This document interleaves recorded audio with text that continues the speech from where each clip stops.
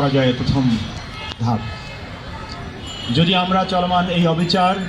এই বেইনসাফি, এই জুলুমের ইতিহাস ভুলে যাই, তাহলে আমরা সংগ্রাম নির্মাণ করতে পারবো না। ফলে আমরা যে এই দিবসটা মনে রেখে এই আয়োজনটা করতে পারলাম, আমরা একসঙ্গে হইতে পারলাম, কথা বলতে পারতেছি, এটা খুব জরুরি একটা রাজনৈতিক সংগ্রামের অংশই বলে আমি মনে করি। এটা নিছকই একটা জমায়েত নয়, এবং জমায়েতের এই পরিমাণ দেখেও আমাদের এই কারণে চিন্তিত হওয়ার বা দুশ্চিন্তাগ্রস্ত হওয়ার কিছু নাই, বরং মনে রাখার যে সংস্কৃতি জরুরি রাজনৈতিক লড়াই মনে রাখাটা, সেটা আমরা করতে পারতেছি, এটা খুব গুরুত্বপূর্ণ। ফলে আয়োজকদেরকে এবং আপনাদের সবাইকে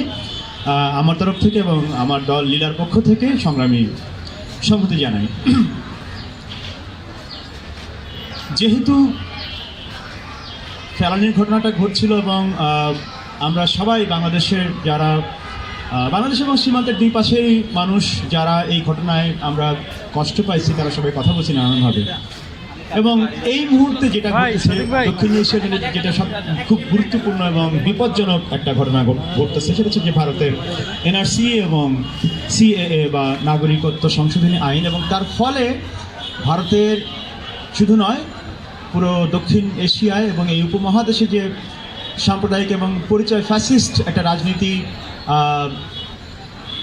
দানা বাঁধতেছে এবং তার প্রভাব বাংলাদেশের মধ্যেও যে পড়তেছে, সেইখানে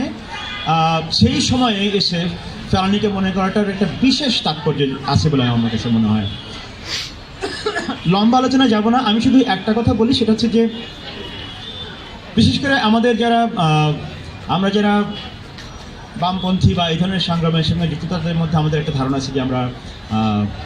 আন্তর্জাতিকতাবাদী ইত্যাদি হই, কিন্তু একই সঙ্গে আমরা এটাও মনে রাখা দরকার যে এখন এই সময়ে বসে আমরা যখন জনগণের মৈত্রীর কথা বলবো, সীমান্তের দুই পাড়ের মানুষের মধ্যে মৈত্রীর কথা বলবো, বন্ধুত্বের কথা বলবো, তখন একই সঙ্গে মনে রাখা দরকার যে এই সীমান্ত ব্যবস্থা এবং এই যে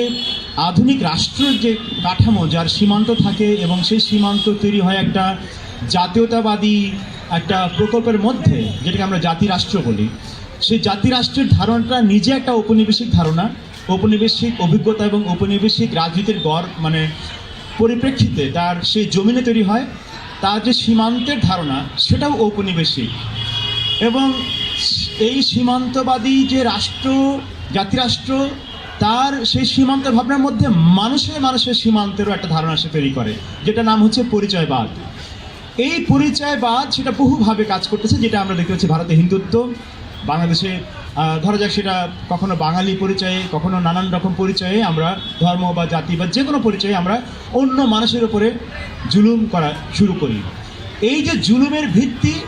সেটার ভিত্তিটার একটা গভীর ঔপনিবেশিক রাষ্ট্রবাদী প্রকল্প আছে। ফলে আমরা যখন মৈত্রীর কথা বলবো, দুই প্রান্তের মানুষ, সীমান্তের দুই পাড়ের মানুষ, তখন আমরা যেন এই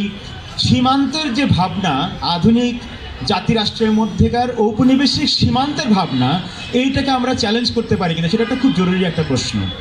এই সীমান্তের ভাবনাকে আমরা চ্যালেঞ্জ করতে না পারলে, আধুনিক জাতিরাষ্ট্রের ধারণাটাকে চ্যালেঞ্জ করতে না পারলে, আমরা আসলে মানুষের মৈত্রী, মানুষের সংহতির সম্পর্কটা তৈরি করতে পারবো না। তো এই কথা বলে আমি একটা ছোট করে গান গাওয়ার তো আয়োজন বা প্রস্তুতি ভাবে নাই, তো আমি খালি গলায় একটা গাওয়ার চেষ্টা করি। গেরিলা বসন্তের আমি বনফুল, গেরিলা বসন্তের আমি বনফুল,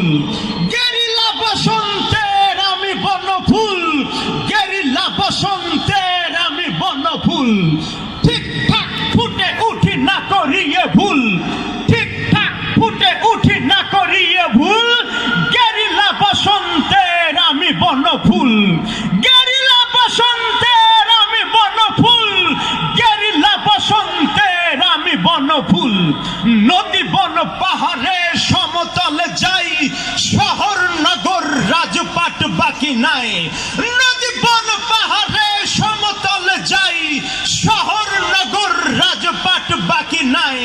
রাইফেল গ্রেনেডে পাপড়ি ফোটাই, শত সহস্র বিমানের পাখনা গজাই, যদি দেখি ইতিহাস থমকায় রয়, ঘটনা ঘটায় দিতে কর্তার হয়, যদি দেখি ইতিহাস থমকায় রয়, ঘটনা ঘটায় দিতে কর্তার শহর নগর জুড়ে আমার সুবাস, রক্তে ফাগুন নাচে রক্ত বিলাস, ফুলে বাসন সাজাইয়া চলি পরমের সাথ, ইতিহাস জেগে ওঠে করিয়া নিনাদ। গেরিলা বসন্তের আমি বনফুল, গেরিলা বসন্তের আমি বনফুল। সবাইকে ভালোবাসি।